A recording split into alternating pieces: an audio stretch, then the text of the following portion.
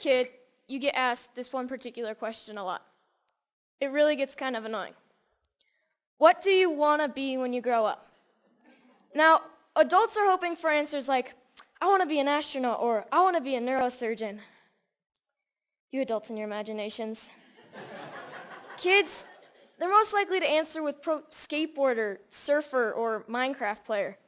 I asked my little brother and he said, seriously, dude, I'm 10. I have no idea. Probably a pro skier. Let's go get some ice cream. See, us kids are going to answer with something we're stoked on, what we think is cool, what we have experience with. And that's typically the opposite of what adults want to hear. But if you ask a little kid, sometimes you'll get the best answer.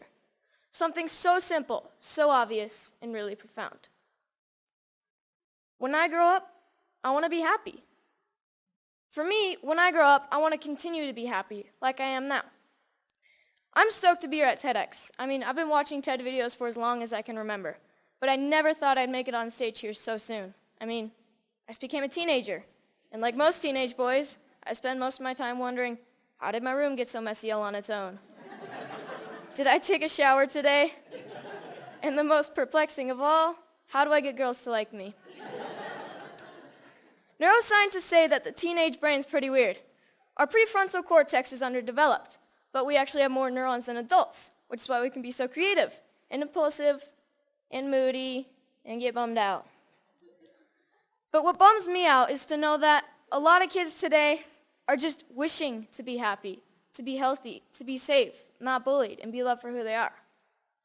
So it seems to me when adults say, what do you want to be when you grow up? They just assume that you'll automatically be happy and healthy. But maybe that's not the case. Go to school, go to college, get a job, get married, boom. Then you'll be happy, right? We don't seem to make learning how to be happy and healthy a priority in our schools. It's separate from schools.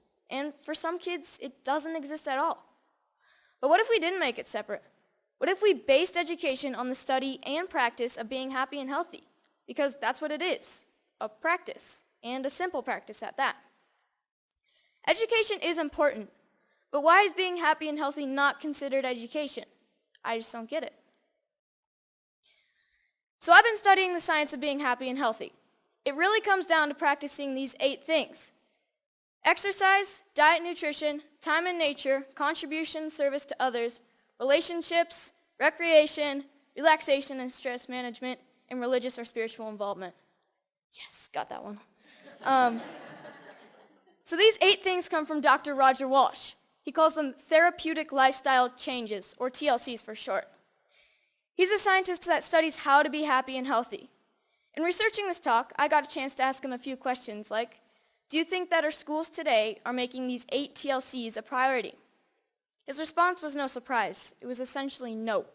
But he did say that many people do try to get this kind of education outside of the traditional arena, through reading and practices such as meditation or yoga. But what I thought was his best response was that much of education is oriented, for better or worse, towards making a living rather than making a life. In 2006, Sir Ken Robinson gave the most popular TED Talk of all time, Schools Kill Creativity. His message is that creativity is as important as literacy, and we should treat it with the same status. A lot of parents watch those videos. Some of those parents, like mine, counted it as one of the reasons they felt confident to pull their kids from traditional school, to try something different. I realize I'm part of this small but growing revolution of kids who are going about their education differently. And you know what? It freaks a lot of people out. Even though I was only 9 when my parents pulled me out of the school system, I can still remember my mom being in tears when some of her friends told her she was crazy and it was a stupid idea. Looking back, I'm thankful she didn't cave to peer pressure, and I think she is too. So out of the 200 million people that have watched Sir Ken Robinson's talk, why aren't there more kids like me out there? Shane McConkey is my hero. I loved him because he was the world's best skier. But then one day I realized what I really loved about Shane. He was a hacker. Not a computer hacker. He hacked skiing.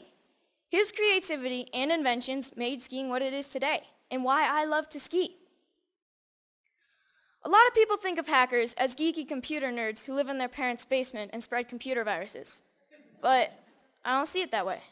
Hackers are innovators. Hackers are people who challenge and change the systems to make them work differently, to make them work better.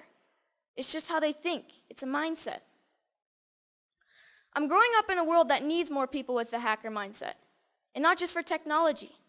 Everything is up for being hacked, even skiing, even education. So whether it's Steve Jobs, Mark Zuckerberg, or Shane McConkey, having the hacker mindset can change the world. Healthy, happy, creativity, and the hacker mindset are all a large part of my education. I call it hack schooling. I don't use any one particular curriculum, and I'm not dedicated to any one particular approach. I hack my education.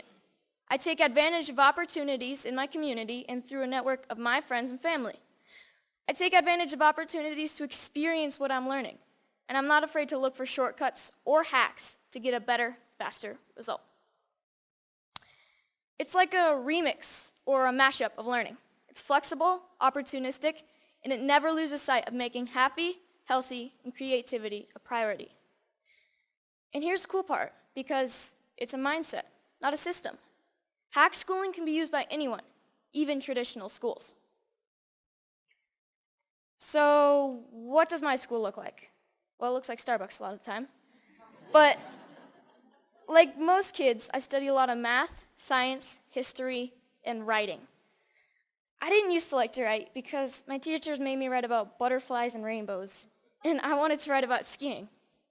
It was a relief when my good friend's mom started the Squaw Valley Kids Institute, where I got to write through my experiences and my interests, while connecting with great speakers from around the nation, and that sparked my love of writing. I realized that once you're motivated to learn something, you can get a lot done in a short amount of time, and on your own. Starbucks is pretty great for that. Hacking physics was fun. We learned all about Newton and Galileo, and we experienced some basic physics concepts like kinetic energy through experimenting and making mistakes. My favorite was the giant Newton's cradle that we made out of bowling balls, I think. No, bocce balls. We experimented with a lot of other things like bowling balls and even giant jawbreakers.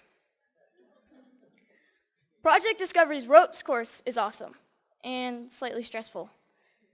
When you're 60 feet off the ground, you have to learn how to handle your fears, communicate clearly, and most importantly, trust each other. Community organizations play a big part in my education. At High Fives Foundation's Basics program, being aware and safe in critical situations, we spent a day with the Squaw Valley Ski Patrol to learn more about mountain safety. Then the next day, we switched to science of snow, weather, and avalanches. But most importantly, we learned that making bad decisions puts you and your friends at risk. Young Chautauqua brings history to life. You study a famous character in history until you can stand on stage and perform as that character and answer any question about their lifetime. In this photo, you see Al Capone and Bob Marley getting grilled with questions at the historical Piper's Opera House in Virginia City, the same stage where Harry Houdini got his start. Time in nature is really important to me. It's calm, quiet, and I get to just log out of reality. I spend one day a week outside all day. At my Foxwalker classes, our goal is to be able to survive in the wilderness with just a knife. We learn to listen to nature. We learn to sense our surroundings. And I've gained a spiritual connection to nature that I never knew existed. But the best part is that we get to make spears, bows and arrows, fires with just a bow drill, and survival shelters for the snowy nights when we camp out. Hanging out at the Moment Factory, where they hand make skis and design clothes, has really inspired me to one day have my own business. The guys at the factory have showed me why I need to be good at math, be creative, and get good at sewing. So I got an internship at Big Truck Brand to get better at design and sewing. Between fetching lunch, scrubbing toilets, and breaking their vacuum cleaner, I'm getting to contribute to clothing design, customizing hats, and selling them. The people who work there are happy, healthy, creative, and stoked to be doing what they're doing. This is by far my favorite class. So this is where I'm really happy, powder days. And it's a good metaphor for my life, my education, my hack schooling. If everyone skied this mountain, like most people think of education, everyone would be skiing the same line, probably the safest, and most of the powder would go untouched. I look at this and see 1,000 possibilities. Dropping the cornice, shredding the spine, looking for a tranny from cliff to cliff.